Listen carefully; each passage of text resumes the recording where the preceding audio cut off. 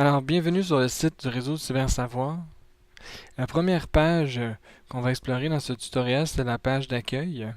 Dans la page d'accueil, pour quelqu'un qui n'a jamais visité le site, on lui propose de se connecter dans la barre du haut ou de s'inscrire, toujours dans la même barre en haut, ou encore d'utiliser l'espace prévu dans la zone à l'écran ici que vous apercevez. Vous pouvez entrer ici votre nom d'utilisateur et votre mot de passe. Si vous n'en possédez pas, c'est gratuit, c'est facile, c'est accessible à tout le monde qui a un compte CSDM. Vous n'avez qu'à vous inscrire en cliquant Inscrivez-vous juste ici. Là, ensuite de ça, dans la page d'accueil, ce qu'on peut y retrouver, c'est une bannière qui défile, une, où les principaux articles que l'on vient de publier ou que l'on veut mettre en avant circulent un à l'autre et sont affichés. Nous avons une série de boutons là, qui nous proposent d'accéder, par exemple, au profil des membres récemment actifs pour savoir ce qu'ils ont publié.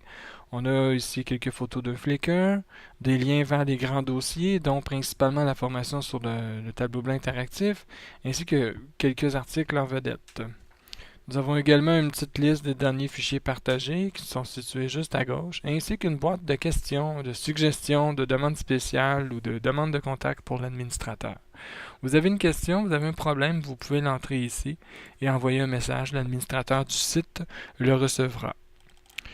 Si je remonte un petit peu plus haut vers la colonne de droite, vous avez bien sûr la boîte de recherche qui vous permet de chercher un membre, un groupe, un forum ou un blog. En fait, ça cherche le mot que vous écrivez dans la boîte de recherche à l'intérieur de ces quatre éléments-là.